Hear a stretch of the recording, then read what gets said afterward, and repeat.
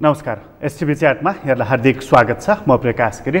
STV च्याटको आजको अङ्कमा हामी चर्चा गरिन्छौँ हाम्रो आन्तरिक राजनीतिको बारेमा र यसमा अलिकति बढ्ता चर्चा चाहिँ बाह्य प्रभावको बारेमा पनि कुराकानी गरेछौँ। हामीसँग र हामी केवल हाम्रा कुराहरूले मात्रै हाम्रो राजनीति निर्देशित गरिराखेको छैन।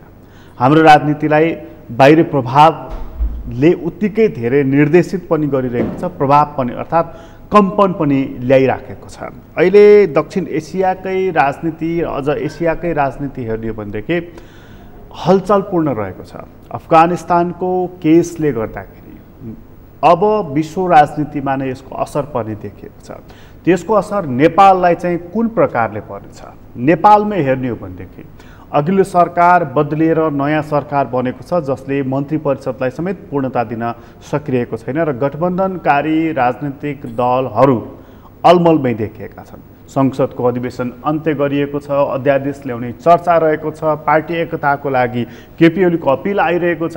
यी थुप्रै खालका कुरा छन्। अर्थात् नेपालका प्रमुख राजनीतिक दलहरूमा एकदमै ठुलो हलचल छ। त्यहाँ निकै ठुलो विग्रहको सङ्केतहरू देखिएको छन्। यसलाई उनीहरूले सङ्घालेर कसरी लैजानेछन्? एउटा राजनीतिक निकास दिँदा एउटा सेफ ल्यान्डिङ गर्नेछन् वा एउटा दुर्घटनाको सन्निकट हामी छौँ? आजको अङ्कमा चाहिँ बढ्ता केन्द्रित भएर हामी चर्चा गरिन्छ यी विषयमा। र हामीसँग कुराकानीको लागि स्टुडियोमा हुनुहुन्छ भरत दाहाल, राजनीतिक विश्लेषकको रूपमा परिचित व्यक्तित्व र पछिल्लो समय उहाँले एउटा सङ्गठन पनि निर्माण गर्नुभएको छ, त्यसमा पनि क्रियाशील भइराख्नु भएको छ। तपाईँलाई स्वागत छ। हजुर, धन्यवाद। यो अहिलेको राजनीतिलाई एकछिन आन्तरिक राजनीतिलाई हेर्दाखेरि चाहिँ तपाईँलाई के लागिरहेको छ? यो कता जाँदैछ? यो किन यस्तो अलमलपूर्ण राजनीति भइरहेको छ? अब मेरो दृष्टिकोण जस्तो यहाँको राजनीतिलाई हेर्ने मेरो आफ्नो सोचाइ चाहिँ अलिकति फरक छ पहिलेदेखि नै। अब त्यो मैले जस्तो अरूको भन्दा अलिकति फरक ढङ्गले कसरी बुझ्छु भन्छ भने जुन देश बाहिर चाहिँ अब जे देखे पनि भित्र चाहिँ वास्तवमा एउटा नपु उपनिवेश जस्तो हुन्छ अथवा चाहिँ आफूले काम गर्न नसक्ने अवस्थामा मानिसहरू हुन्छन्, शासकहरू। त्यो देशको राजनीति त्यहाँभित्रको आन्तरिक फ्याक्टरले निर्धारण गर्दैन, होइन? अब जस्तो कतिपय चिजहरू आन्तरिक फ्याक्टरले चाहिँ मोटिभ गरिरहेको हुन्छ, तर कतिपय यस्तो कुन बेला यस्तो परिस्थिति आउँछ कि त्यहाँ चाहिँ बाहिरी फ्याक्टर चाहिँ मेजर भएर आउँछ, मुख्य भएर आउँछ र उसले नै ह्यान्डल गरिरहेको हुन्छ। नेपालको स्थिति त्यही हो।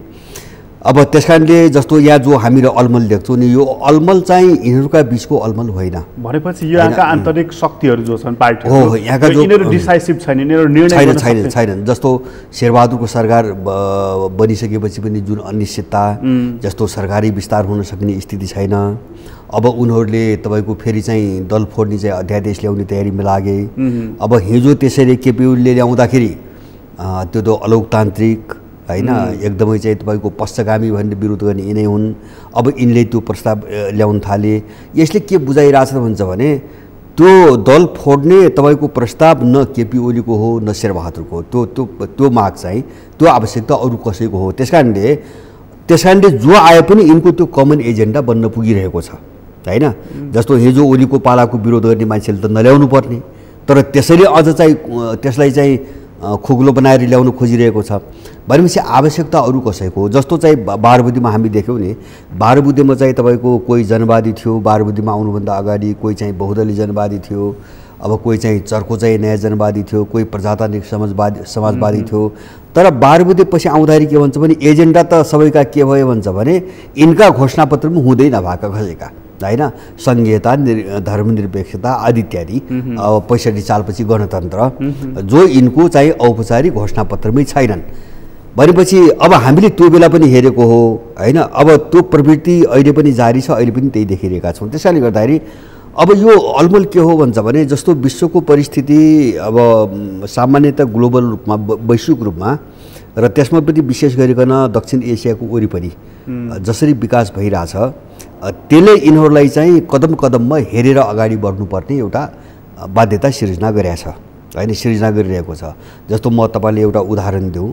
अब यहाँभित्रको फ्याक्टरले यिनीहरूमा काम गर्दैन भनेर पनि जस्तो एमसिसी हिजो चाहिँ मलाई लाग्छ केपी ओलीले यो अगाडि बढाएनन्, उनीले चाहिँ अनिच्छापूर्वकै पन्छाउन खोजे भनेर काङ्ग्रेसले ठुलो विरोध गर्यो, केही मान्छेहरू विरोध गरे, तुरन्त पारित गर्नुपर्छ भने। तर त्यही पार्टीले अहिले चाहिँ तपाईँको न नीति तथा कार्यक्रम त्यो कार्यक्रम राख्यो, न चाहिँ तपाईँको संसदीय प्रक्रियामा अगाडि बढायो। ऊ पनि मौन बस्यो। होइन, अब यो के हुन्छ भने यिनको इच्छा होइन, यो पनि होइन।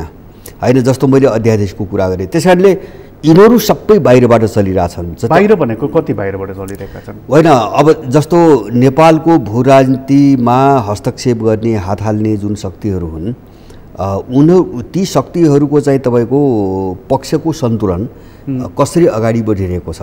होइन, जस्तो आफ्नो सुरक्षा पनि हेर्नु पर्यो, यहाँ आफ्नो बचाउ पनि हेर्नु पर्यो। यसो गरौँ त्यसपछि। यसको मतलब चाहिँ नि यहाँको आन्तरिक शक्तिहरू चाहिँ डिसाइसिभ छैनन्, यिनीहरूको निर्णयबाट यो राज्य, यो नेपाल चलिरहेको छैन भनेदेखि बाह्य शक्तिहरू पूर्ण रूपमा हाबी भएको भनेर मान्नु पर्यो। एकदम बाह्य शक्तिहरू हाबी भएको मानिरहँदाखेरि निकट छिमेकी भारत छ र चीन छ, र अहिले पश्चिमाहरू उत्तिकै हाबी भइरहेको अवस्था छ। सबैभन्दा बढ्ता प्रभावशाली नेपालको एजेन्डा सेटिङमा को भइरहेको छ? यस्तो छ, अब अलिकति रणनीतिक रूपमा तपाईँको हेर्नुभयो भने जस्तो पश्चिमाहरू विशेष गरेर अमेरिकनहरू धेरै प्रभावशाली छन्। होइन, जस्तो तपाईँको सत्तादेखि लिएर बौद्धिक जगतदेखि लिएर ब्युरोक्रेसीसम्म उनको निकै भित्री तहसम्म चाहिँ पकड छ।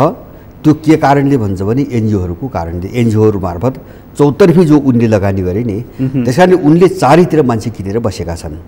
अब इन्डियनहरूको कस्तो हो, हिजोदेखिकै शैली उनको कस्तो हुन्छ भने दलमा लगानी गर्ने, पार्टी किन्ने, पार्टीका नेताहरू किन्ने, अनि सरकारबाट संसदबाट आफ्ना काम गराउने। उनी तपाईँको त्यो ढङ्गले आएका हुन्। अहिले पनि मूलभूत रूपमा इन्डियनहरूको त्यही देख्छु मैले। अब यो दुईटा शक्ति भनौँ भने इन्डो पश्चिमा शक्तिहरूको नेपालको भू राजनीतिमा जुन चासो देखियो, त्यो चासो हाम्रो विरुद्धमा लक्षित छ भन्ने चाहिँ महसुस चिनियाहरूलाई भएपछि अब उनीहरू निस्किएर बस्ने कुरा भएन। त्यस कारणले उनीहरूले आफ्नो पक्षमा चाहिँ सन्तुलन, आफ्नो पक्षको सन्तुलन बिग्रन नदिन उनीहरूको पनि त्यो दबाव अथवा चाहिँ तपाईँको अब गतिविधि बढ्नु स्वाभाविक बढिरहेको छ। चिनियाहरूले चाहिँ कहाँ लगानी गरिरहेका छ? जस्तो अमेरिकाले एनजिओहरू मार्फत तपाईँले जुन भन्नुभयो, र भारतले सिधै पार्टीहरूमा लगानी गरिरहेको छ भने चीनले चाहिँ कहाँ गरिरहेको छ? होइन, चिनियाहरूको अलिक फरक छ। उनीहरूको जस्तो राज्यका मान्छेहरूलाई किन्ने, दलहरू किन्ने भन्दा पनि उनीहरूले जस्तो एउटा पार्टनरसिप भन्ने उनको अवधारणा छ नि, जस्तो नेपालमा लगानी बढी गर्ने, मान्छेहरूसँग सम्पर्क बढी विस्तार गर्ने, अथवा चाहिँ यही हिजोको एमाले नफुट्दैको भनौँ न, अब उसँग चाहिँ तपाईँको भाइचारा सम्बन्ध राख्ने, अलिकति वैचारिक रूपमा चाहिँ तपाईँको निकटता देखाएर आफ्नो पक्षमा अलिकति चाहिँ तपाईँको नरम बनाउने, यस्ता खालका उपायहरू उनले गरिरहेका छन्, चिनियाहरूले गरिरहेका छन्। तिनै पक्षको फरक छ काम गर्ने शैली, होइन? एकदम फरक छ। जस्तो तपाईँले भन्नुभयो भने अमेरिकनहरू अलिक बढी प्रभावशाली छन् भनेर, किनभने एनजिओ मार्फत भनेर। नेपालमा एनजिओहरूको सबैभन्दा बढी प्रभाव कसको छ? यहाँका दलहरू कि यहाँका दलहरूको? होइन, एनजिओमा जस्तो एनजिओ सबभन्दा बढी हातमा भएको पार्टी एमाले हो। होइन, नेपालमा जति एनजिओ छन् मलाई लाग्छ 70% एनजिओहरू एमालेकै छन्, र त्यो आवश्यकता पनि थियो। नेपालमा त्यो आवश्यकता थियो। जस्तो दासढुङ्गा हत्याकाण्डपछि अब यो एनजिओ जस्तो एमाले वरिपरि एनजिओ किन केन्द्रित भयो भन्छ भने अब त्यो अलिकति त्यो भित्री तत्त्वलाई पनि हामीले बुझ्नुपर्छ। जस्तो काङ्ग्रेस यिनीहरूको निम्ति त्यति ठुलो समस्याको विषय थिएन पहिलेदेखि। होइन, काङ्ग्रेस पुँजीवादी पार्टी भयो, पश्चिममा चाहिँ तपाईँको अब प्रणालीलाई उसले चाहिँ आफ्नो आदर्श मान्दै आएको, विचार पनि मिल्ने, काङ्ग्रेस समस्याको कुरो थिएन। अब पश्चिमाहरूको निम्ति समस्या के हो भन्छ भने वामपन्थी जो विचार भन्छ नि, अब जो मार्क्सवाद भन्छ, त्यो विचारै कस्तो हो भन्छ भने त्यो सैद्धान्तिक रूपमै पुँजीवाद विरोधी छ। होइन, वामपन्थी विचार सैद्धान्तिक रूपमै पुँजीवाद विरोधी छ। होइन, पुँजीवाद साम्राज्यवादको विरोध गर्नु नै वामपन्थी विचारको चाहिँ तपाईँको मुख्य आधार हो। अब यो ढङ्गले त यहाँ जन्मत एउटा स्कुलिङ भएको छ नेपालमा। त्यस कारणले अब नेपालमा उनीहरूले जे गर्न खोजिरहेका थिए, होइन, जे गर्न खोजिरहेका थिए अगाडि बढ्न, त्यो दिशामा सबभन्दा ठुलो तगारो चाहिँ तपाईँको वामपन्थी विचारबाट प्रशिक्षित स्कुलिङ उनको निम्ति त्यो स्वाभाविक थियो। त्यस कारणले अब उनीहरूले त्यो बेलाको सबभन्दा मूल पार्टी जो जल्दो बल्दो वाम हो, त्यसलाई चाहिँ अब कसरी आफूकरण गर्ने भन्ने उनको ध्यान गयो। त्यसबेला एमाले नै सबभन्दा ठुलो पनि थियो। अहिलेको माओवादीको खासै हिसाब किताब केही पनि थिएन बाहिर देख्दाखेरि। अनि उनीहरूले दासढुङ्गा हत्याकाण्ड भयो, दासढुङ्गा हत्याकाण्ड मलाई लाग्छ उनीहरूकै चाहिँ तपाईँको योजनामा भयो, एमालेहरू प्रयोग भए। त्यसपछि सर्लक्कै एमालेलाई यसरी घेरिदिए कि एमाले अब एउटा पार्टी पनि रहेन, त्यो एनजिओको सञ्जाल मात्रै भयो। र अहिले पनि तपाईँ बुझ्नु, सायद तपाईँलाई थाहा पनि छ, एमालेको अब प्रभावशाली भनिने केन्द्रीय समिति, जिल्ला समितिमा रहेका कुनै पनि व्यक्ति यस्तो पाउनुहुन्न जोसँग एनजिओ छैन अथवा जो एनजिओसँग जोडिएको छैन, हैन। तब एमालेको तलबाट माथिसम्म लिडरसिप भनेकै एनजिओको लिडरसिप हो। तपाईँको मानवाधिकार सेक्टर हेरे पनि त्यही देख्नुहुन्छ, हैन। यिनी जाति, भाषा, क्षेत्र, धर्ममा खेल्ने मान्छेहरू पनि त्यही देख्नुहुन्छ। अब माथि राजनीति गर्ने मान्छे पनि तिनै देख्नुहुन्छ। एमाले उनको अत्यन्तै भरपर्दो भयो र मलाई लाग्छ अहिले संस्थागत रूपमा काङ्ग्रेसभन्दा उनको भरपर्दो शक्ति चाहिँ एमाले हो अहिले पनि।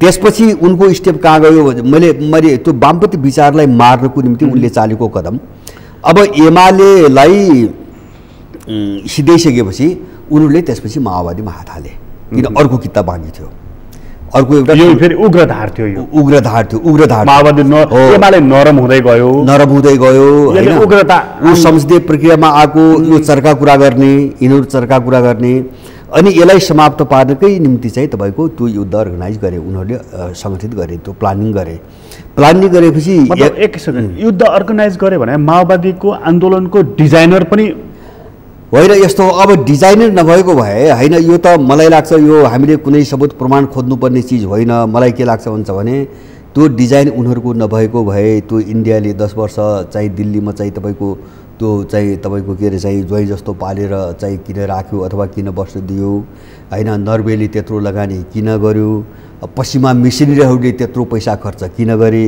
अब यो त सबै बाहिर आइसकेको छ। उनीहरूले कति खर्च गरे, यसको डिजाइनर इन्डिया कि अमेरिका होइन, यसको मूल डिजाइन पश्चिमा हो। अब अमेरिका मात्रै म भन्दिनँ, युरोपियन र अमेरिकनहरू माने युद्धको डिजाइन गर्ने उनीहरू हुन्। र नेपालको भू राजनीतिमा चाहिँ उनीहरूको भूमिका के हुन्छ भने डिजाइन उनीहरूले गर्ने, त्यसको कार्यान्वयन इन्डिया मार्फत गर्ने, होइन। जस्तो उनीहरू त टाढा छन् नि, भूगोल त इन्डियासँग जोडिया छ, त्यस कारणले जस्तो थात थलो त इन्डिया हुनु पर्यो अब युद्ध गर्नुको निम्ति, त्यस कारणले माध्यम इन्डिया हो, प्लेग्राउन्ड तपाईँको इन्डिया हो, डिजाइन चाहिँ उनीहरूको हो। र इन्डियनहरूले त्यो सहमतिमै चाहिँ माओवादीलाई आश्रय दिएको हो। अब मैले भन्न खोजेको यो दुईवटा पार्टी सिद्धियो भन्नुहोस् न। अहिले यो दुईवटा पार्टी सिद्धिसकेपछि जस्तो अहिले के भयो भन्छ भने अब यसलाई कन्टिन्यू गरौँ। जस्तो अघि तपाईँ भनिदिनु नि एमालेलाई उनीहरूले कसरी नर्मलाइज गरे भनेर, त्यसपछि माओवादीमा हात हाले किनभने यो उग्र रूप लिँदै थियो यसले भनेर, त्यसपछि त्यसलाई कसरी निस्तेज बनायो? होइन, माओवादीलाई यस्तो छ, जस्तो मैले बुझेको के हुन्छ भने जस्तो लिडरसिपमा उनका मान्छे थियो पहिलेदेखि, त्यो पछि बिग्रेको होइन, यो भ्रम छ मान्छेहरूमा। जस्तो बाबुराम भट्टराई र प्रचण्ड जस्ता मान्छेहरू बनिबनाउ जो उनको हातमा थिए, उनलाई अगाडि राखिकन यो युद्धको डिजाइन भयो। जस्तो एउटा त्यो नेतृत्व गर्ने मान्छे आफ्नो नभइकन त त्यो डिजाइन त कसैले गर्दैन, अर्का निम्ति त गरिदिनु होइन नि। जस्तो उनको विरोधीको निम्ति उनले युद्धको डिजाइन गरिदिनु त होइन, उनले त आफ्ना मान्छेको निम्ति गरिदिनु हो। मान्छे उनका बनिबनाउ दुईजना थिए, उनलाई अगाडि राखेर युद्धको डिजाइन भयो। अब के को निम्ति भयो भन्छ भने मैले भने नि, जस्तो चाहिँ तपाईँको एमालेबाट उनले केही काम गरे, होइन। जस्तो दार्चुङ्गा हत्याकाण्ड भयो, त्यसपछि चाहिँ अब त्यो सिङ्गो पार्टीको चाहिँ साम्राज्यवादीकरण भयो, जस्तो संस्थागत भ्रष्टाचार, त्यसपछिको तपाईँको एमाले हेर्नुहोस्, होइन। पजेरो काण्डदेखि लिएर अब मल काण्डदेखि लिएर काण्डै काण्ड अहिले हेर्नु हो भने त्यो माओवादीको नेता र एमालेको नेतामा अन्तर केही छैन। सबैका काठमाडौँमा चाहिँ तपाईँको दरबार छन्, घर घरेरी छन्, हिजोका सडक छाप मान्छेहरू त हामी चिन्छौँ नि सबैलाई।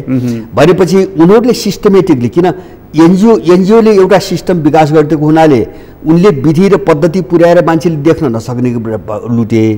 अब माओवादी त त्यो थियो अरे उसले नाङ्गे रूपमा लुट्यो, फरक भएको त्यति हो, होइन। अब काङ्ग्रेसीहरूले व्यक्तिगत रूपमा लुट्न एमाले पर्याप्त लुटेको छ, कोही पनि मान्छे लुटबाट बाहिर छैन। मैले भन्न खोजेँ अब एमाले र काङ्ग्रेस सिद्धिसकेपछि, होइन, अब दार्चुङ्गासम्म आउँदा सिद्धिसकेपछि बाँकी रह्यो माओवादी। अब त्यो जग जो वामपन्थीको जो जग हो नि, अब अथवा एउटा देशभक्तिपूर्ण विचारको जग भनौँ न, त्यसलाई किल गर्न माओवादी उनले कहाँ हाने भन्छ भने जस्तो उनले माओवादीबाट दुईवटा काम गरे। एउटा आइडियोलोजीमाथि हाने, आइडियोलोजी सिद्ध्याए, होइन। आइडियोलोजी कहाँ सिद्ध्याए भन्छ भने उनले वर्गलाई विस्थापित गरेर जातिको पुतला भिडाए माओवादीको हातमा। यसले वर्गलाई तपाईँको वर्गीय मूल्यहरूलाई नष्ट गर्यो र अहिले तपाईँले वर्गको कुरो गरेको कहीँ पनि सुन्नुहुन्न। कसैले पनि गर्दैन, काहीँ पनि गर्दैन। जबकि यथार्थ के हुन्छ भने संसारको समस्या भनेकै वर्गको समस्या हो। खास गरी कम्युनिस्ट सिद्धान्तमा त वर्गीय द्वन्द्वलाई नै वर्गीय द्वन्द्व हो। संसारको यथार्थता पनि के हुन्छ भने अहिलेको सबभन्दा पेचिलो समस्या भनेकै गरी खाने वर्गको तपाईँको समस्या हो। अमेरिकामा पनि त्यही हो, नेपालमा पनि त्यही हो। तर त्यो मुद्दा यिनीहरूले पुरै विस्थापित गरे, एउटा वर्गलाई जातिबाट विस्थापित गरे। अनि उनले चाहिँ नेपालका धर्म संस्कृति र जति पनि परम्परागत मूल्य मान्यता छ नि त्यसलाई उनले निशाना बनाए। दोस्रो निशाना माओवादीको त्यो थियो।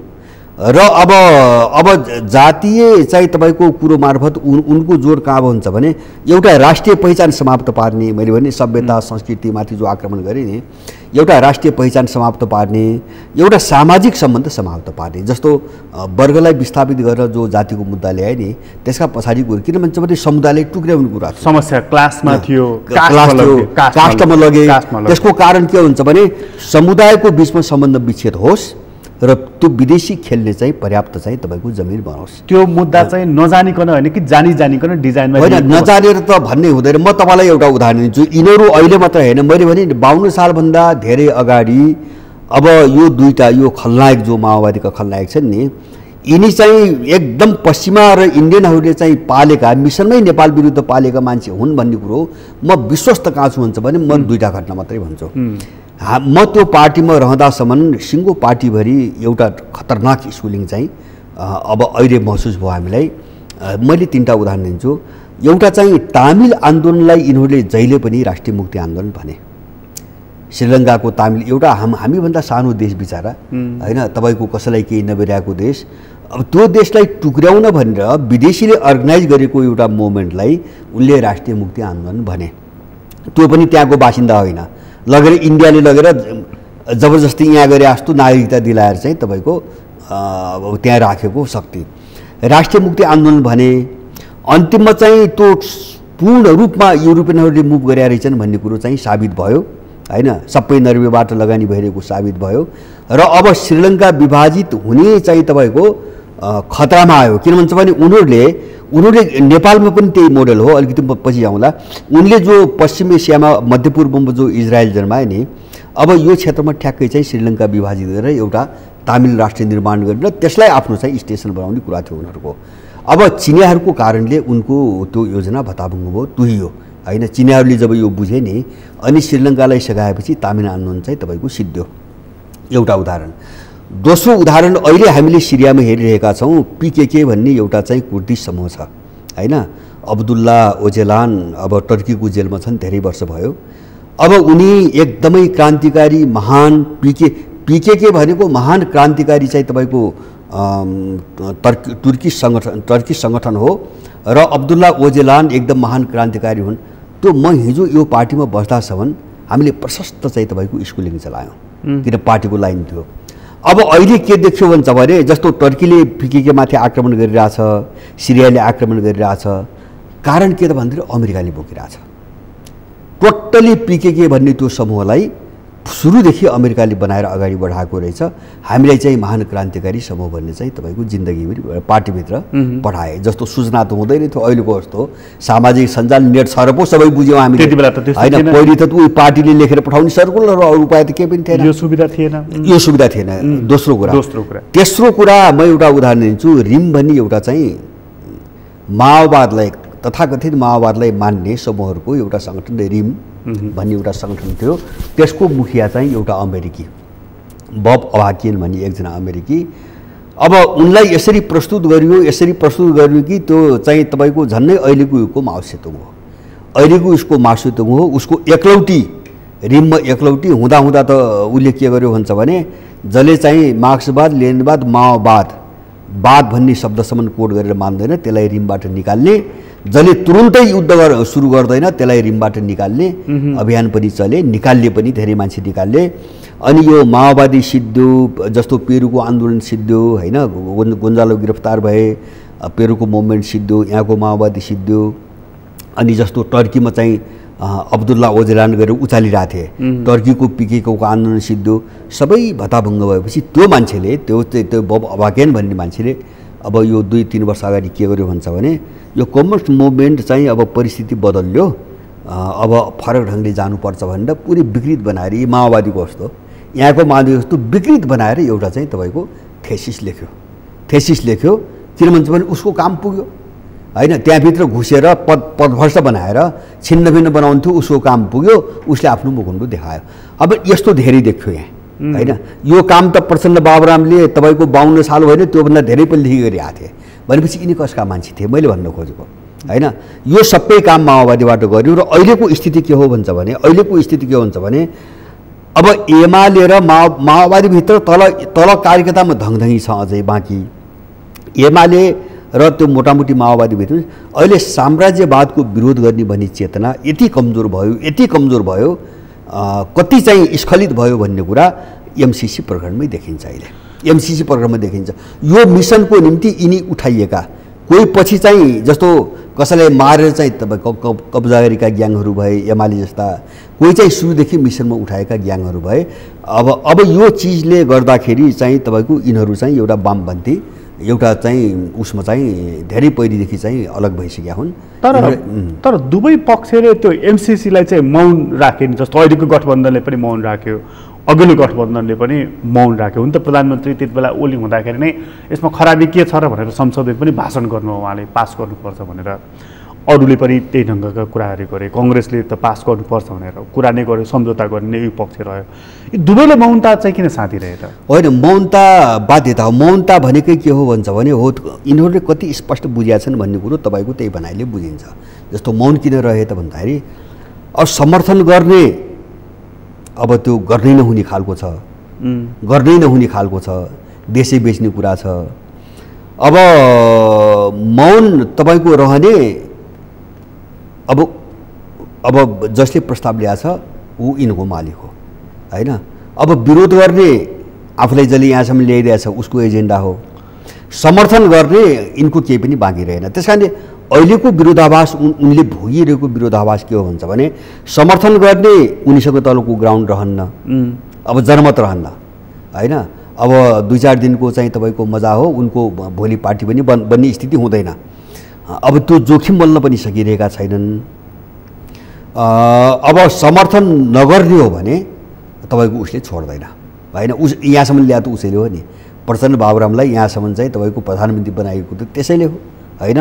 यत्रो चाहिँ युद्ध गराएर बनाएको उसैले हो। त्यसैले उनीहरू के दाउमा छन्, जस्तो अस्ति भर्खरै प्रचण्डको चाहिँ एउटा कुरा आयो, उनले जहिले पनि दोगला कुरा गरिरहेछन्, न एमसीसीको विरोध गर्छन् न उनी समर्थन गर्छन्। र अस्ति चाहिँ पहिलेको तुलनामा अलिकति खुलेर अस्ति एउटा भेलामा भर्खरै भनेको समाचार आछ, एमसीसीको यो उत्तेजनात्मक रूपमा चाहिँ विरोध नगर्नुहोस् होइन, यसलाई परिमार्जन गरेर अलिकति सुधार गरेर पारित गर्नुपर्छ, तर चाहिँ यो उत्तेजक रूपमा चाहिँ यो बाहिर विरोध नगर्नुहोस्, यो राम्रो हुँदैन भनेर अस्ति एउटा बेलामा भर्खर बोले। उनले बिस्तारै त्यो माहौल बनाउनु खोजिरहेछन् पार्टीभित्र। र मलाई के लाग्छ भन्छ भने एमसीसी तपाईँको यिनीहरूले टोटल्ली पूर्ण रूपमा अमेरिकनहरूसँग पूर्ण रूपमा कमिटमेन्ट गरेर यो चाहिँ भएको सम्झौता हो। तर उनले त्यसरी माहौल बनाउँदै गर्दा केपी ओली त सर्लक्कै फर्किए नि त। अब उनी जब सत्ताबाट बाहिरिए उनले कुरा मोडेका छन् एमसीसीको सन्दर्भमा। होइन, मैले भने हो यो दलालहरूको कस्तो हुन्छ भन्छ भने अब यो कस्तो हुन्छ भन्छ भने त्यो केपी रोय त रिस छ नि त। जस्तो अमेरिकनहरूले जस्तो केपी अमेरिकन युरोपियन इन्डियन सबैले अब सत्तामा ल्याइदिए प्रधान, आखिर उनले पनि जसलाई उठाउँछन् त्यो त हाम्रो काम गरिदिएला भने उठाउने त हो, पालेको दलाललाई हाम्रो काम गरिदिन्छ भने उठाउने हो। अब गर्नै सकेन भने के गर्छ, उसी त पात्र त फेर्छ नि। केपी ओलीले तपाईँले अघि नै भन्यो नि हामीले, अब न जोखिम बोल्न सक्ने आँट छ न खुलेर देखिने यिनको आँट छ। खुलेर देख्यो त्यो मुकुन्डो सबै सिद्धिन्छ। अब जोखिम बोल्ने चाहिँ ताकत छैन होइन, इस्यु यत्रो छ, डरलाग्दो इस्यु छ। अब सुन्नुहोस्, मैले भने अब ओलीको अहिले भूमिका के हो भन्छ भने ओलीले सकेनन्, उनको चाहिँ आँटले शक्ति देखेन, उनले चाहिँ पात्र बदलले देउबालाई ल्याए होइन। अब देउबाले पनि चाहिँ गर्न सक्ने सम्भावना मैले देख्दिनँ, संसदमा लगेर पास गर्ने सक्ने सम्भावना मैले देख्दिनँ। अब त संसदको अधिवेशनै अन्त भयो। अब हुँदा यो कहाँ जान्छ भन्छ भने फेरि सरकार फेरिन्छ जस्तो कुरो त आइसक्यो नि। अब चाहिँ महन्त ठाकुर र के अरे चाहिँ तपाईँको केपी ओलीले समर्थन नगरिदिएपछि अब देउबा सरकार अल्पमतमा पर्ने अब सम्भावना बढ्दै गयो भनेर तिनीहरूले बोल्न सुरु गरिहाले होइन। अब 2-4 महिनापछि अर्को पात्र खोज्ने होला। त्यस कारणले अब केपी ओलीको अहिले विरोध के हो भन्छ भने एउटा आफूलाई झाड दिएको त्यो रोष पनि हो, प्रधानमन्त्रीबाट जो झार्दिए नि त्यो रोष पनि हो। बालुवाटारबाट बालकोट जानु पर्यो त्यो रोष पनि हो होइन। मलाई हटायो अब उसले के गर्यो तिम्रो निम्ति भन्ने पनि हो। अब दोस्रो चिज उनको के हो भन्छ भने अब एउटा सत्तामा बस्नेहरूसँग एउटा बदलाको राजनीति गर्ने जो कल्चर छ नि यिनीहरूको होइन। अब मलाई भन्थ्यो पास गरी हेर नि त तिम्रो क्षमता कति छ भनेर। खुद्रा राजनीति पनि चलि नै रहेको छ। मूल रूपमा चाहिँ अबको नेपालको राजनीतिलाई जस्तो अघि तपाईँ अमेरिका चाहिँ प्रभावशाली हुनसक्छ नेपालको राजनीतिमा तपाईँ जुन भनिदिनु, तर भर्खरै हामीले अफगानिस्तानमा देख्यौँ ऊ प्रभावशाली होइन कि अप्रभावशाली भएर भियतनाममा जस्तै कुलेलाम ठोक्नु पर्यो। कसरी यहाँ सम्भव र सफल हुन्छ ऊ? होइन जस्तो आजसम्मको स्थितिको बारेमा मैले भने हुँ, जस्तो उनीहरूले एनजिओ मार्फत जो लगानी गरे त्यो लगानीबाट यिनको चारैतिर चाहिँ तपाईँको पकड एकदमै बलियो बनाए होइन। जस्तो पछिल्लो कालमा त मेरो बुझाइ जस्तो अहिले प्रधानमन्त्री नियुक्तिको परमादेश जारी गर्नेदेखि लिएर सर्वोच्चकै कतिपय निर्णय हेरे पनि त्यो देखिन्छ होइन। जस्तो न्यायपालिका त्यो मात्रै होइन, सेना होइन, जस्तो सेना यो सबै बाहिर आयो मात्रै नत्र इन्डो पेसिफिक तपाईँको अमेरिकाको चाहिँ उसभित्र एउटा युनिटको रूपमा होइन धेरै कार्यक्रममा भाग लिएको, धेरै चाहिँ तपाईँको बैठकहरू गरेको, सहभागिता जनाएको थुप्रै प्रमाणहरू छन् गरे होइन। अब यो प्रभाव उनको थियो पहिलेदेखि। त अब यो पछिल्लो स्थिति तपाईँले अफगानिस्तानको कुरो उठाउनु भयो नि, अब बिस्तारै अब विश्व कतातिर गयो भन्छ भने अफगानिस्तान मात्रै होइन यो सबभन्दा पछिल्लो कडी हो।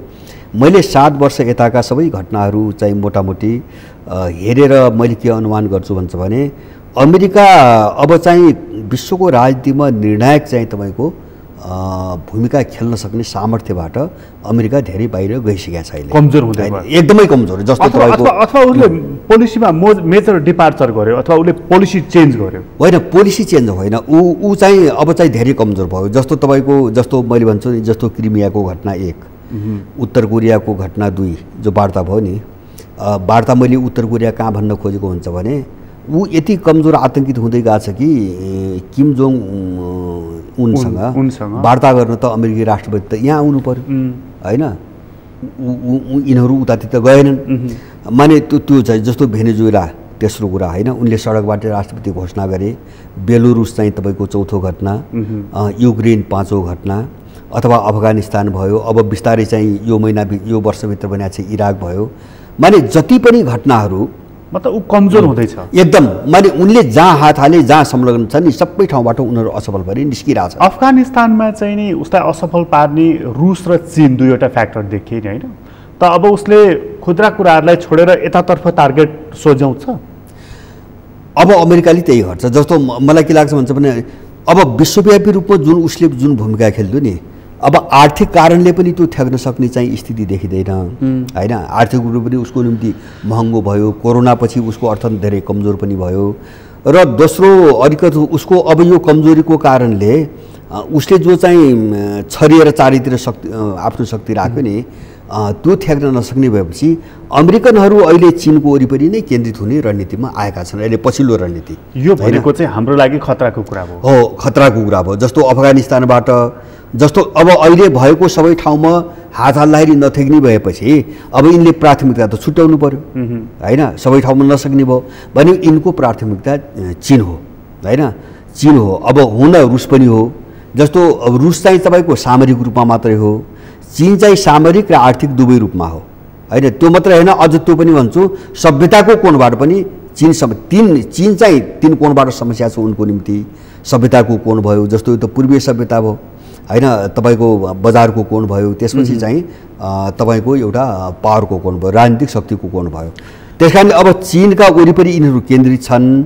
अब चीनको वरिपरि पनि चाहिँ जस्तो हामी ताइवान सुनिरहेका छौँ, हङकङमा कोसिस गरे। यसको मतलब चाहिँ अबको दशक भनेको चाहिँ अस्थिरतामा एकदम गिजोलिने हो। यो दशक होइन, मलाई 4-5 वर्षमा चाहिँ 4-5 वर्ष विश्व ठुलो उथलपुथल हुन्छ। यो 4-5 वर्ष हुन त युद्ध भइहाल्यो भने त्यो लम्बिन पनि सक्छ होइन, धेरै वर्ष जान सक्छ। तर अबको यो दशक भनेको ठुलो उथलपुथल मात्रै होइन कि मलाई लाग्छ तपाईँको अहिलेको जो तस्बिर हामीले यो आधुनिकतावादको नाममा जो तस्बिर अथवा विश्वका राष्ट्रहरूको जो सिमाना अथवा चाहिँ अहिलेको जो ध्रुवहरू देख्छौँ नि, यसमा उथलपुथल हुन्छ र एउटा विस्मयकारी परिवर्तन हुन्छ। अहिलेको दुनियाँ हामीले 10 वर्षपछि चाहिँ देख्दैनौँ। नेपाललाई पर्ने असर र हामीले अलिकति बुद्धिमत्तापूर्ण भूमिका निर्वाह गर्न सक्यौँ भनेदेखि त हाम्रो जुन असंलग्न परराष्ट्र नीति छ त्यसलाई पनि कायम राख्न सक्यौँ र हाम्रो नेताहरूले अलिकति बुद्धिमानी अपनाउन सक्यो भनेदेखि त एउटा अवस्था होला। सकेनन् भनेदेखि चाहिँ अब दुई हो। तपाईँले भने जस्तो मैले भने नि सकेर नसके के हुन्छ भन्छ भने मैले बारम्बार भनेको छु। जस्तो सकेनन् भने यस्तो चेपम पर्दा के हुन्छ भन्छ भने पहिलो विश्वयुद्धले तपाईँको पोल्यान्ड जन्मायो होइन, जर्मनीले गुमाउनु पर्यो पोल्यान्डलाई, धेरै भाग गुमाउनु पर्यो। अब दोस्रो विश्वयुद्धले तपाईँको इजरायल जन्मायो, फिलिस्तिन सिद्धियो।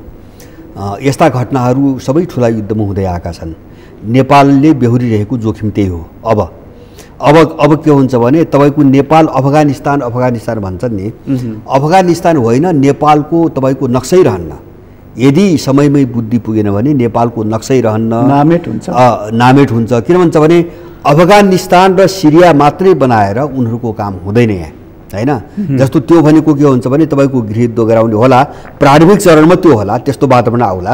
अब गृहयुद्ध गराएर मात्रै हुँदैन, जस्तो अर्काले पनि त काउन्टर गर्छ, अर्काले पनि काउन्टर गर्छ। त्यस कारण उनले नेपालको एउटा भूभागलाई छुट्याएर नै त्यसलाई चाहिँ इजरायल जस्तै आफ्नो चाहिँ एउटा। त्यसमा अर्को एउटा फ्याक्टर छ, जस्तो यदि अमेरिकनहरू त्यसरी प्रभावशाली ढङ्गबाट हस्तक्षेपकारी ढङ्गबाट आए भनेदेखि हामीसँग दुई क्षेत्रीय शक्तिहरू छन् नि, भारत चीन।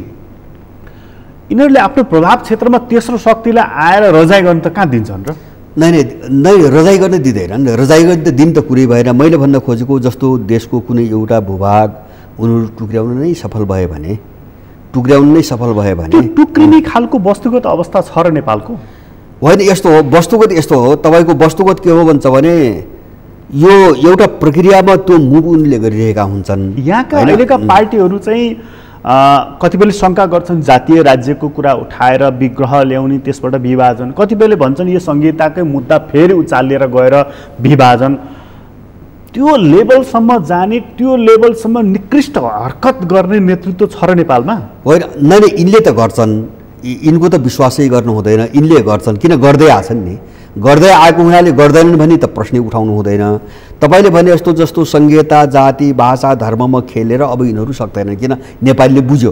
मैले देखाउन खोजेको खतराहरूको के हो? यसमा के ब्याक हुन्छ त नेपाल त्यसैदेखि? यो संहिता धर्म लफडाएर संहिता यस्तो ब्याक यो बुझ्यो भने हुनाले होइन, पब्लिकले बुझे। जस्तो यिनले अब संविधानमा हालेहान जबरजस्ती काम त चलाइरहेछन्, यसको ग्राउन्ड केही पनि छैन, यो आफै सिद्धिन्छ। अब यो चल्दैन भन्ने कुरो यिनलाई पनि महसुस भएको छ, आफै सिद्धिन्छ। यो समस्याको कुरो मैले देख्दिनँ। किन भन्छ भने अब यो विवादै हो भने पनि नेपालीहरूका बिचमा कसैले नबुझेको बेलासम्म तपाईँको छलफल बहस गर्ने एउटा कुरा हो। तर देशै समाप्त पार्नुपर्छ भन्ने सोचमा यही मुद्दा उठाउने चाहिँ धेरै मानिसहरू पनि देशविरोधी त होइनन्, उनलाई लागु उठाए होइन। तर हाम्रो समस्या कहाँ हो भन्छ भने हाम्रो समस्या, मैले इजरायलको कुरा गरेँ नि, त्यो खतरा चाहिँ नागरिकता ऐनबाट आउँदैछ। नागरिकता ऐनबाट आउँदैछ त्यो खतरा, र त्यो नागरिकता ऐन नै त्यही प्रयोजनको निम्ति आछ। मान्छेले बुझिराखेका छैन। जस्तो उनीहरू जस्तो मैले धेरै पटक भनेको छु, वैदेशिक रोजगार भनेर नेपालीहरूलाई स्वाट यहाँबाट निकाल्ने, देश खाली गरिदिने, अनि खाली भएको देशलाई चाहिँ तपाईँको नागरिकता ऐनबाट विदेशी भर्ने जो रणनीति आयो नि, यो रणनीति नै नेपालभित्र विदेशी ल्याएर त्यो चाहिँ चीनसँग लड्ने, तिब्बत टुक्राउने, फौज तयार पार्ने योजनामै केन्द्रित छ। त्यो मलाई एउटा कुरा बताइदिनुहोस्, तपाईँ अब माओवादी हिजोको आन्दोलनसँग पनि जोडिएको र खास गरी सशस्त्र क्रान्तिको बारेमा अलिकति नलेज भएको मान्छेको नाताले हिजो मैले 2-4जनाको अभिव्यक्तिहरू र लेखौटहरू पनि हेरेँ। अफगानिस्तानमा तालिबानले हतियारबन्द आन्दोलनबाट जुन सत्ता कब्जा गर्यो, यो हाम्रो लागि चाहिँ हामी नेपालमा पनि यस्तै राष्ट्रवादी शक्ति चाहिन्छ भनेर कसैले वेलकम गरेको देखियो, कसैले ठिक गरे महान क्रान्तिकारीहरू रहेछन् भनेको पनि सुनियो, नेपालका केही उग्र क्रान्तिकारीहरूले भनेको कुरा। यहाँका उग्र क्रान्तिकारीहरूको लागि तालिबानीहरू चाहिँ एउटा ठुलो शिक्षक हुन सक्छन्, हुँदैछन्? होइन, सबै कोणबाट त्यो बुझ्नु हुँदैन। जस्तो उनीहरूको चाहिँ जो सत्ता कब्जालाई विरोध गर्नु हुँदैन, यो चाहिँ समर्थनै गर्नुपर्छ, मैले पनि हिजो लेखेको छु। तर मैले के कोणबाट लेखेँ भन्छ भने हामी सधैँ चाहिँ अर्काको देशमा गएर हस्तक्षेप गर्ने शक्तिको त विरोध गर्नु पर्यो नि। हामी त्यसको शिकार भइरहेछौँ। कहिले सोभियत सङ्घले आक्रमण गरेको छ, कहिले अमेरिकाले आक्रमण गरेको छ, कहिले अर्काले आक्रमण गरेको छ। अनि एउटा देश चाहिँ आफ्नो सोचअनुसार, आफ्नो विवेक र आफ्नो आवश्यकताअनुसार शासन गर्न नपाउने, त्यस कारणले उनीहरूको वैदेशिक हस्तक्षेपका विरुद्ध जुन लडे र सत्ता गरे, त्यो एकदम स्वागत योग्य कुरा हो। किन त्यो गरेन भने हामी पनि त्यही समस्या झेल्छौँ। वैदेशिक हस्तक्षेपको विरुद्ध लड्नु त एउटा कुरा स्वाभिमानकै कुरा भयो त्यो, तर हतियारको बलबाट सत्ता कब्जा हुँदो रहेछ, हुनुपर्छ, हुन्छ भन्ने जुन विश्वास गर्ने मानिसहरू छन् नि, पार्टीहरू पनि छन् हामी कहाँ, त तिनको लागि यसले बल पुर्याउँछ? यस्तो बल निश्चितै पुर्याउँछ। यस्तो हो, जस्तो शान्तिपूर्ण किसिमले सत्ता हस्तान्तरण र चाहिँ तपाईँको जस्तो बल प्रयोग गरेर भन्ने कुरा हुन्छ नि, अब यो दुवै चिजमध्ये कुनै एउटालाई इन्कार गर्ने, अर्कालाई मात्रै बोकेर जानु उचित हुन्न भन्ने लाग्छ मलाई, है होइन? जस्तो तपाईँ भन्नुहोस् न, सामान्यतः शान्तिपूर्ण प्रक्रियाबाट चाहिँ सबै परिवर्तन गर्नुपर्छ। जस्तो सोझै कुरा गरौँ न, जस्तो यसले विप्लवजीलाई उत्साह प्रदान गर्छ? होइन, विप्लवहरूलाई त के उत्साह प्रदान गर्छ मलाई थाहा छैन, होइन? जस्तो उनीहरू पनि एउटा सम्झौता गरेर अब यहाँसम्म आइसकेका छन्, अब त्यो बाटोतिर उनको कति विश्वास हो, कति विश्वासात लागेका थिए, बनाएको थिए, त्यो छुट्टै बाटो हो, मलाई चाहिँ त्यस्तो लाग्दैन। तर मैले भन्न खोजेको कुरो के हो भन्छ भने, माने एउटा वैदेशिक हस्तक्षेप आफ्नो देशको निम्ति जो लडिरहेछ नि होला, उनीहरू चाहिँ जस्तो धार्मिक मान्यता उनको एउटा होला, हामीसँग कुरो अर्को नमिल्दो होला, मान्छेले त हरेक कोणबाट हेर्न सकिन्छ। उनको चाहिँ तपाईँको वैदेशिक हस्तक्षेपको विरुद्धमा लड्ने जो स्पिरिट हो नि, त्यो स्वागतयोग्य छ। र मलाई के लाग्छ भन्छ भने, यदि नेपाललाई फेरि त्यस्तो बनाइयो, जस्तो अहिले चाहिँ त्यो बारे हामी धेरै बहस गरिरहेछौँ, एमसिसीको बहस भइरहेछ, त्यस्तो स्थिति आयो भने हामी के गर्ने त? होइन, हामी जस्तो शान्तिपूर्ण त तालिबानलाई आएर चाहिँ तपाईँको मिसाइल हानेर सत्ताबाट फ्याँक्न हुने, अनि तालिबानले चाहिँ तपाईँको हतियार उठाएर चाहिँ अमेरिकालाई विस्थापित नहुने कुरो त आउँदैन, होइन? जस्तो हिजो पनि मैले लेखेँ, जस्तो तालिबानलाई केही मान्छेहरूले चाहिँ कट्टर मुस्लिम भने, अनि फ्रान्सले युरोपियन मुलुकले तिमीहरू बुर्का लगाउनु पाउँदैनौ, दाढी पाल्न पाउँदैनौ भनेर उनको कल्चरका परम्परा विरुद्ध चाहिँ कानुन बनाउनु हुने, होइन? अनि तालिबानले आफ्ना मूल्य मान्यता लागू गर्न पाउनुपर्छ भन्नु नहुने। भने यो पश्चिमा आँखाबाट, होइन, यो अधिकारको प्रश्नलाई पश्चिमा आँखाबाट हेरेर हामी पार लाग्दैनौँ। तर लोकतन्त्र त अपहरण भयो नि त्यहाँ, होइन, त्यो त उनकै लोकतन्त्र हो। त्यो मैले भने नि, मेरो यसमा ठुलो विमति छ। जुन चिजलाई हामी लोकतन्त्र भनिरहेछौँ नि, लोकतन्त्र हो भने हामी किन यस्तो भयौँ त? अब बहस गर्नु परेन। यो लोकतन्त्रले यस्तै गराउँछ देश। लोकतन्त्र जसलाई हामीले लोकतन्त्र त्यो अर्थमा बुझिरहेको छौँ, प्रजातन्त्र भनेर तपाईँ हामी जे बुझ्छौँ, यदि त्यो हो यो भने देश यस्तो हुन्छ, यहाँको नागरिक यस्तो हुन्छ। भनेपछि यस्ता नक्कली चिज बोकेर यो दोष लोकतन्त्रको दोष हो कि यो प्रणालीको दोष हो कि अरू केही चिजको दोष हो? होइन, प्रणाली र विचारकै दोष हो, होइन? अब त्यसैबाट सबै चिज उत्पन्न हुने हो। मतलब यो प्रणालीले काम गर्दैन भन्ने नेपालमा अब लगभग प्रमाणित भएको अवस्था हो, अझै केही पर्खन पर्छ? होइन, म चाहिँ स्पष्ट छु। यसमा धेरै चिज जोडिएको छ, होइन? जस्तो सैद्धान्तिक धेरै कुराहरू जोडिएका छन्, अब मूल्य मान्यताहरू जोडिएका छन्, यी कहाँ विकास भए, कसको निम्ति विकास भए, होइन? नेपालमा चाहिँ कसरी थोपरियो, यिनी धेरै चिज छन्। तर चिज हामीले डेभलपमेन्ट र डेमोक्रेसी जो पश्चिमाहरूको नारा छ नि, यो दुईटा चिजको राम्रोसँग समीक्षा गरेनौँ भने नेपाल सिद्धिन्छ, होइन? समस्या त्यही छ। यो चिज ठिक छ कि छैन भनेर जाँच्ने अबको अस्त्र भनेको चाहिँ जनमत सङ्ग्रह हो? जनमत सङ्ग्रह होइन, म त्यो यान्त्रिक र प्राविधिक रूपमा पनि म त्यो पक्षमा छैन। मैले के हुन्छ भने, एकचोटि त तपाईँको एउटा वैचारिक रूपमा अब हामी चाहिँ एउटा पुनर्समीक्षाको बाटोमा जानुपर्छ, होइन? शासनदेखि हेर्नु पऱ्यो नि त। पुनर्समीक्षा गरेर कहाँ जाने, गर्ने कि यसको विकल्प के त? हाम्रो के भन्नेमा जानु पऱ्यो, हामीले यत्रो बारम्बार भइरहेछौँ। हाम्रो के हो त? जस्तो नेपालको ल सम्झिँदै प्रजातन्त्र ब्रिटिसहरूको उत्पत्ति हो, उनको आवश्यकता हो त्यो, होइन?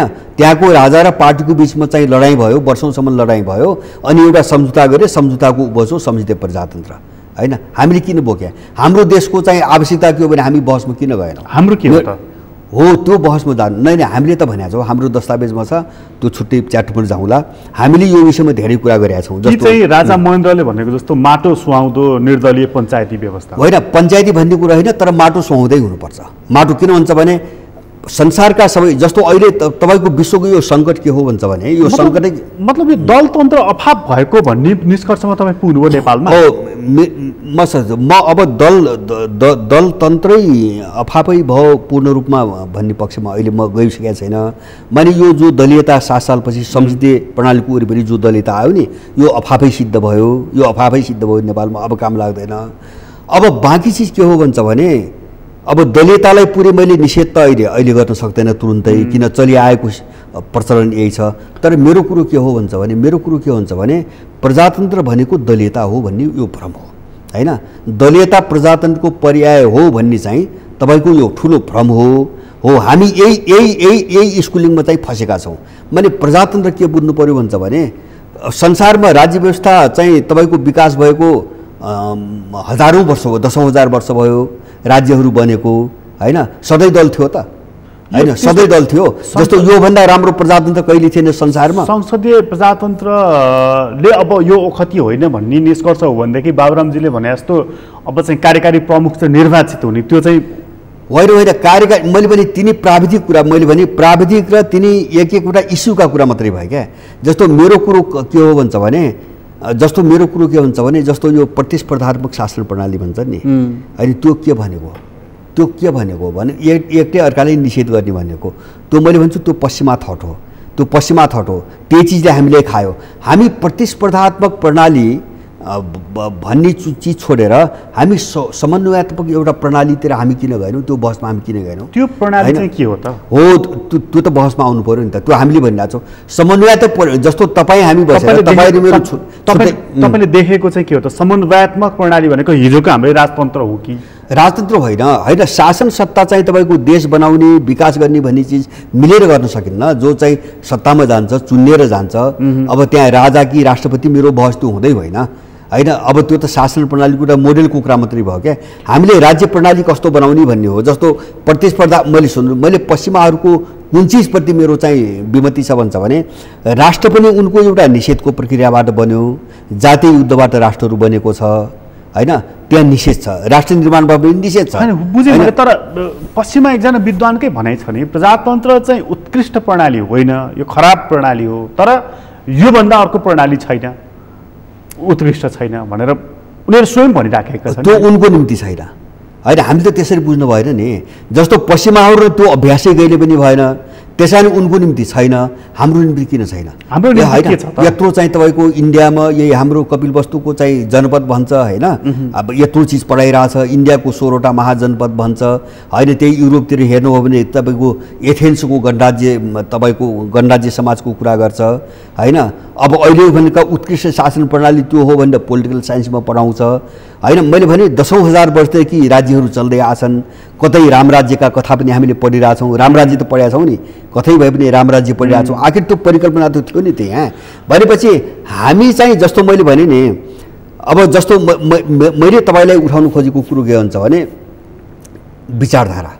काङ्ग्रेसले प्रजातान्त्रिक समाजवाद, अब कसैले चाहिँ तपाईँको नयाँ जनवाद, कसैले के वाद हुँदै वैज्ञानिक समाजवाद, वैज्ञानिक आदि इत्यादिदेखि लिएर होइन। तर यिनी कहाँ विकास भएको हुन्? मेरो कुरो त्यो क्या, देश यहाँ फस्यो क्या। यी सबै चिज चाहिँ हाम्रो विचार होइन, उनको आवश्यकतामा उनको परिवेशमा होइन। अब उनको धरातलमा विकास भएका तपाईँको उन्नत विचार त कसैको हुँदैन नि, त्यसमा कपिराइट लाग्दैन। त्यो विश्वको सबै युनिभर्सल हुन्छ नि, सबैको हुन्छ नि। होइन विचार युनिभर्सल हुँदैन। मैले भने नि तपाईँको दुईवटा हुन्छ, फिलोसफी युनिभर्सल हुन्छ। सुन्नुहोस् है, दृष्टिकोण युनिभर्सल सार्वभौम हुन्छ। जस्तो त्यो दृष्टिकोण तपाईँको अमेरिकामा बसेर गरे पनि त्यही हो। जस्तो भौतिकवाद भन्छ नि होइन, भौतिकवाद भन्छ, द्वन्द्ववाद भन्छ, त्यो युनिभर्सल हुन्छ। मलाई एउटा कुरा बताइदिनु भनेको मतलब तपाईँ एकजना एउटा शब्द कोइन गरिदिनुहुन्छ नि, समन्वयात्मक शासन प्रणाली। तपाईँले देखेको चाहिँ ठ्याक्कै अहिले एउटा विचार त्यसमा बहस गर्न सकिएला, तर कस्तो चाहिँ हो त त्यो? कुनै विचार तपाईँको मनमा छ? होइन विचार किन नहुने? जस्तो मैले भन्नु खोजेको, जस्तो तपाईँसँग एउटा पार्टी छ, मसँग एउटा पार्टी छ, अर्कोसँग एउटा पार्टी छ, ठिक छ भने हामी चुनाव ल्यायौँ। अब जस्तो राष्ट्र समाज देशको विकास समृद्धि नागरिकहरूका हक अधिकार यिनी एजेन्डा त सबैसँग त हुन्छन् होइन। तर यिनी सबै एजेन्डा सबैले मिलेर चाहिँ देश बनाऊ भनेर हामी चाहिँ सरकारमा सत्तामा समय बसेर काम गर्न किन सक्दैनौँ होइन। मेरो विमति कहाँ हो भन्छ भने भनेको चुनावी प्रतिस्पर्धा नगर्ने होइन, प्रतिस्पर्धा चुनावमा लडे भयो आफ्ना आफ्ना पार्टीका घोषणापत्र राखेर। तर चाहिँ यही देशका पार्टी हुनु भने देश समाजको निम्ति गर्ने केही साझा एजेन्डा त हुन्छन् नि। साझा एजेन्डामा मिलेर काम किन गर्न सकिँदैन? यहाँ सिद्धान्त के बनाइयो भन्छ भने, डरलाग्दो चिज के हो भन्छ भने अहिलेको डेमोक्रेसीमा के भन्छन् यिनीहरू, सत्तापक्ष प्रतिपक्षको धर्म सत्तापक्षको विरोध। सुन्नुहोस् है, यही भन्दै आछन्। त्यहाँ शब्द के छ भन्छ भने त्यो विरोध गर्नु प्रतिपक्षको धर्म हो, निषेधलाई यहाँ धर्म बनाछन्। त्यस कारणले जसरी पनि ध्वंस हुनु पर्यो, जसरी पनि खुट्टा तान्नु पर्यो होइन। जस्तै तपाईँको राम्रो काम गरोस् वा गलत त्यो मतलब भएन। अहिले त एउटा शब्द चलिराखेको छ नि, रचनात्मक प्रतिपक्ष भन्ने चलिराखेको छ नि केही वर्ष। होइन त्यो बदनामीबाट जोगिन त्यो मान्छेलाई अल्मल्याउनु चाहिँ तिनी खेती गर्ने कुराहरू हुन्। जस्तो मैले तपाईँले एउटा हिजोको त्यो ध्वंसात्मक प्रतिपक्षबाट आज चाहिँ नि रचनात्मक प्रतिपक्ष क्रिएटिभ हुन थालेछ नि। नै त्यो भाषामा यिनले के प्रयोग गर्छन् जस्तो विचारमा परिमार्जन भएको छ, संस्कारमा पनि परिमार्जन थोरै भएको छ कि कसको? यिनी पार्टीहरूको होइन सवाल त्यो होइन। नै कहिले पनि हुँदैन, कहिले पनि हुँदैन। नै यो प्रतिरक्षाको निम्ति बचाउको निम्ति कहिलेकाहीँ राम्रा कुरा गर्ने एउटा हो। मैले तपाईँलाई भन्न खोजेको एउटा त्यसमा यो प्रणालीले काम गर्दैन भन्ने तपाईँको निष्कर्ष होइन। यसले हाम्रो विनाशै गर्छ। मैले भन्नु नि, मैले तपाईँले टुङ्ग्याउँदै थिएँ। म 3टा कुरा मात्रै भन्छु। मैले अघि नै भने जस्तो उनीहरूको राष्ट्र निर्माण प्रक्रिया पनि निषेधबाट बनेको छ। सुन्नुहोस् है, जातीय द्वन्द्वबाट बनेको छ। उनको डेमोक्रेसीमा निषेध नै मूलभूत चाहिँ प्रिन्सिपल हो, सिद्धान्त हो होइन। सत्तापक्ष प्रतिपक्ष भन्छ नि, एकले अर्कालाई निषेध गर्ने नै मूल प्रिन्सिपल हो। अब उनको अर्थतन्त्र हेर्नु, जो बजार अर्थतन्त्र हामीले देखिरहेछौँ नि, यो के हो भन्छ भने सक्नेले नसक्नेलाई चाहिँ समाप्त पारेर जानुपर्छ भन्ने हो होइन। जो बलियो छ त्यसैको हातमा चाहिँ सम्पत्ति भन्ने हो। माने तपाईँको एउटा उनको निषेधको प्रिन्सिपल एउटा सेटमा छ क्या, मतलब पश्चिमा दर्शन फेल हो तपाईँको निष्कर्ष? फेल हो। यो निषेधकारी विध्वंसकारी दर्शन हो। यो हाम्रो पूर्वीय दर्शन चाहिँ त्यसो लागू गरौँ न त, अथवा कोइन गरौँ हो। बहस त्यो मैले उठाएकै त्यही हो। हामी किन उनको जस्तो त्यही भएर हामी बर्बाद मात्रै भएन कि उनले जे बोके त्यसको शिकार उनी आफै भइरहेछन्। जस्तो उनी निषेधकारी दर्शनबाट चाहिँ तपाईँको उनको सभ्यता नै निषेधमा आधारित भएको हुनाले तपाईँ पहिलो विश्वयुद्ध, दोस्रो विश्वयुद्ध, त्यसभन्दा अगाडिका क्रिस्चियनहरूको बिचको 30 वर्षे चाहिँ धर्मयुद्ध, अनि चाहिँ क्रुसेड जति हेर्नुहुन्छ नि सबै युरोपमा किन भए? हामीले यो त बुझ्नु पऱ्यो नि त। सबै युरोप केन्द्रित किन हुन् त भन्छ भने त्यो सभ्यता नै निषेध र चाहिँ त्यो द्वन्द्व र रक्तपातको सभ्यता हो त्यो। त्यसैले त्यो कहिले पनि शान्त हुँदैन। र मलाई विश्वास छ तपाईँको अघि नै हामीले चर्चा गऱ्यौँ, अमेरिका चीनको वरिपरि केन्द्रित त छ, तर हेरिराख्नुलाई यदि तेस्रो विशुद्ध भयो भने यसको सेरोफेरो चाहिँ त्यो युरोपै हुन्छ, फेरि पनि युरोप हुन्छ। त्यो लक्षण अगाडि बढ्दैछ। त्यसैले गर्दाखेरि हामी त्यो एउटा थाई खालको कलहको एउटा बीज बोकेर आयो क्या हामीले, प्रजातन्त्रको नाममा, विकासको नाममा अनि आधुनिकतावादको नाममा हामीले जो बीज बोकेर आयौँ नि त्यसैले हामीलाई बर्बाद पारेको हो। हामी यहाँबाट निस्कनुपर्छ। त्यसैले गर्दाखेरि अब यिनी बिचारा दलालहरू एउटा कुर्सी गएर चाहिँ तपाईँको अलिकति पैसा जोरजार पारेर अहिले एउटा घर एउटा गाडीको सपना देख्ने तुच्छ मान्छेहरूको विषयमा यस्ता मान्छेको विषयमा बहस गरेर मात्रै हामी कहाँ पुग्छौँ? त्यसकारणले गर्दाखेरि यिनीहरू किन यस्तो भए त्यसका पछाडिको भित्रैदेखिको कारण अलिकति खोतल्नेतिर जाउँ, मेरो भनाइ यति मात्रै हो। भनेको पश्चिमा दर्शन भनेको त्यो रक्तपातबाट आएको दर्शन हो र त्यसले शान्ति दिँदैन भन्ने तपाईँ दिँदैन। रक्तपात मानवता विरोधी, एकदमै मानवता विरोधी। अफगान हेर्नु त दुर्दशा, त्यो जहाजको एउटा भिडियो हेर्नुभयो होला होइन। 20 वर्ष आक्रमण गरेर 2 लाख मान्छे मारेर होइन। त्यो के को निम्ति आएको थियो अमेरिका? शान्ति र विकासको निम्ति रे। शान्ति र विकासको निम्ति 20 वर्ष अर्काको देश कब्जा गरेर जाने बेला त्यो चाहिँ तपाईँको बिचल्ली मान्छेहरूको जहाजको पखेटामा मान्छे बसेर चाहिँ खसेर मरे। 3 जना मान्छे भित्र ठाउनु भएर खसेर मरे। स्वाट्टै गयो, गैर जिम्मेवारीपूर्वक सबैलाई अलपत्र पारेर ऊ हिँड्यो। किन? उसको स्वार्थ पूर्ति भएन, ऊ हिँड्यो। किन बोकिरहेको छ अरूलाई? उसको काम त जता पनि भत्काउने हो। त्यसकारणले गर्दाखेरि हो, त्यही भएर मैले भन्छु नि यिनीहरूसँग व्यवहार गर्दाखेरि कति सतर्क हुनुपर्छ।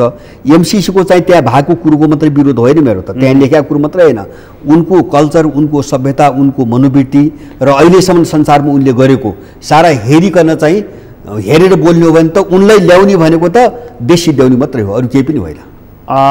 नेपालमा त्यो बहस अब प्रारम्भ हुन्छ? होइन, हुन्छ होइन। हाम्रो आफ्नै प्रणाली, हाम्रो आफ्नै सभ्यता, हाम्रो आफ्नै संस्कार भन्ने कुरा होइन, बहस हुनुपर्छ। हामीले त 2-4 वर्ष अगाडि गरिरहेछौँ। जस्तो अब हाम्रो पार्टीले जो बनाएको छौँ, हाम्रो बहसको मूल मुद्दै यही छ। हामीले पार्टीमा जथाभावी मान्छे ल्याए पनि छैनौँ, ल्याउँदा पनि ल्याउँदैनौँ। पहिले सबै बहस गरेर स्पष्ट भएर त्यसमा चाहिँ कमिटमेन्ट गरेर चाहिँ यसरी जानुपर्छ भन्ने मात्रै हामीसँग छन्। हिजोका कम्युनिस्ट पार्टीहरूमा पनि अहिले तपाईँले जुन नीति अवलम्बन गरिराख्नु भएको छ त्यस्तै खालको थियो नि होइन? 3 पुस्ता हेरेर सदस्यता दिन्थे नि होइन? त्यसको जग थिएन। किन भन्छ भने 3 पुस्ता हेरेर दिन्थे। मैले त्यो पुस्ता भने हो नि कि अहिले दृष्टिकोण क्लियर गरौँ। हिजो चाहिँ व्यक्ति मात्रै हेर्ने थियो हैन, 3 पुस्ता भन्नु भने व्यक्ति हेर्ने थियो। अपराधमा लागेकोलाई सदस्यता दिँदैन थिए, चोरी डकैतीमा लागेकाहरूलाई कमिटी प्रणालीमा ल्याउँदैन थिए र त यस्तो विकृत भयो त्यो कम्युनिस्ट पार्टी। हो, त्यो जग्गै थिएन। दबाईको जस्तोको थट नै नभएपछि, फिलोसफी नै नभएपछि, अनि त्यो चाहिँ के अरे चाहिँ मूल्य मान्यता नै अर्काका बोकेपछि कहाँ गइदो रहेछ भने त यसैले देखायो। तपाईँले भने नि यत्रो कडी कराउ गर्दा गर्दै पनि यस्तो हुन्छ भनेपछि यसको कारण के हो भन्छ भने टेकेको जमिन त अर्काको छ, त्यसले त त्यही पुर्याइदिन्छ, जस्तो जमिन छ त्यही पुर्याइदिन्छ। अब तपाईँको विचारमा चाहिँ अहिले बनेको यो वाम लोकतान्त्रिक गठबन्धन र हिजो केपी ओलीवालाहरूको गठबन्धनमा कुनै अन्तर छैन? एउटै हो, केही पनि अन्तर छैन। मैले भने नि जस्तो तर उनीहरू एउटाले अर्कोलाई यो फलानु कम्फर्टेबलवाला, यो भारततर्फ नजिक भएको, फलानु पश्चिमातर्फ नजिक भएको जुन आक्षेपहरू लगाइरहन्छन् नि, यो चाहिँ के मनोरञ्जनको लागि? त्यो त अस्तित्व त राख्नु पऱ्यो नि त। जस्तो आफ्नो ज्ञानको अस्तित्व त राख्नु पऱ्यो। त्यो अस्तित्व राख्नुको निम्ति अब यिनी खेल्ने फोरी खेल मात्रै हुन्। जस्तो मैले कुनै अब कुनै अन्तर छैन। मैले भने अघि पनि हामीले भन्यो कुनै अन्तर छैन भन्ने कुरा। अघि तपाईँ एउटा वाक्य बोल्दै हुनुहुन्थ्यो, त्यो कुरा कम्प्लिट अब म गराउँ, लगभग अन्तिममा पनि छु म। यो पार्टीहरू चाहिँ विभाजनको सङ्घारमा, नेकपा फुट्यो, एमाले विभाजनको सङ्घारमा, जसपा विभाजनको, यसको कारण चाहिँ के त हो? कारण बाहिरको शक्ति। मैले भने हो, यही हो महत्त्वपूर्ण। जस्तो यसलाई हामीले कसरी बुझौँ भन्छ भने ओलीले अध्यादेश ल्याउँदाखेरि यिनी चाहिँ मरिमेटेर विरोध गरी यिनीहरू हुन्। अहिले शेरबहादुरले त्योभन्दा पनि खुग्लो अध्यादेश ल्याउँदैछन्, तयारी भइसक्यो होइन। अब त्यसलाई माओवादीले के भन्यो? त्यो सरकारको विशेष अधिकार हो भन्यो, समर्थन गर्यो। हिजो केपीलाई त्यही मुद्दामा पश्चगामी भन्ने मान्छे हुन् यिनीहरू होइन। माधव नेपालको ग्याङले सरकारको विशेष अधिकार भन्यो होइन। मैले भन्नु खोजेँ ओलीले ल्याएको एजेन्डा त शेरबहादुरले पनि ल्याउनु पर्यो भनेपछि एजेन्डा त यिनको त होइन। यिनको एजेन्डा भए त यो ग्याङ त त्यसको विरुद्धमा उभिन्थ्यो। हिजो विरोध गरेको ग्याङ त त्यसको विरुद्धमा उभिन्थ्यो। तर जब यसले पनि ल्याउँछ भने यो आवश्यकता अरू कसैको हो? हिजो ओली मार्फत ल्याउन खोज्यो, यिनी चाहिँ प्रजातन्त्रवादीदेखि विरोध गरे। अब यिनलाई सत्तामा उसले राखिदिएको छ, यिनले त्यो ल्याउनु पर्यो। अब ओली प्रजातन्त्रवादी बन्ने हो होइन। आवश्यकता के हो भन्छ भने मैले भने नि विश्वभरि चाहिँ इन्डो पश्चिमा शक्तिहरूको जो चाहिँ बिखराव अथवा चाहिँ तपाईँको एउटा चाहिँ विशृङ्खलता सुरु भयो नि अहिले। जस्तो अफगानिस्तानको कुरा गऱ्यौँ हामीले। अब यो चाहिँ गत्यावरोध पैदा भइसकेपछि उनले नयाँ खालको एउटा निकास खोजिरहेका छन्। मैले धेरै पटक भनेको छु। अब त्यो निकास भनेको के हुन्छ भने भएको पावर ब्यालेन्सले, जस्तो त्यो वैश्विक राजनीतिमा, कुनै देशभित्रको राजनीतिमा अथवा दलभित्रको राजनीतिमा, राज्य प्रणालीभित्र उनको पक्षको सन्तुलन खलबलियो, सबैतिर गत्यावरोध पैदा भयो। त्यसकारणले यो गत्यावरोधलाई सबैलाई चिरेर उनले नयाँ समीकरण खोजिरहेछन्।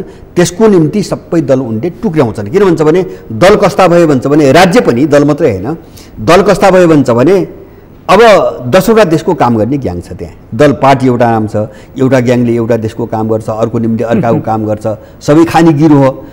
अनि के भन्छ भने त्यहाँभित्र अमेरिकन एजेन्डा जान्छ, अर्काले मान्दैन, युरोपियन एजेन्डा जान्छ, अर्काले मान्दैन, इन्डियन एजेन्डा अर्का।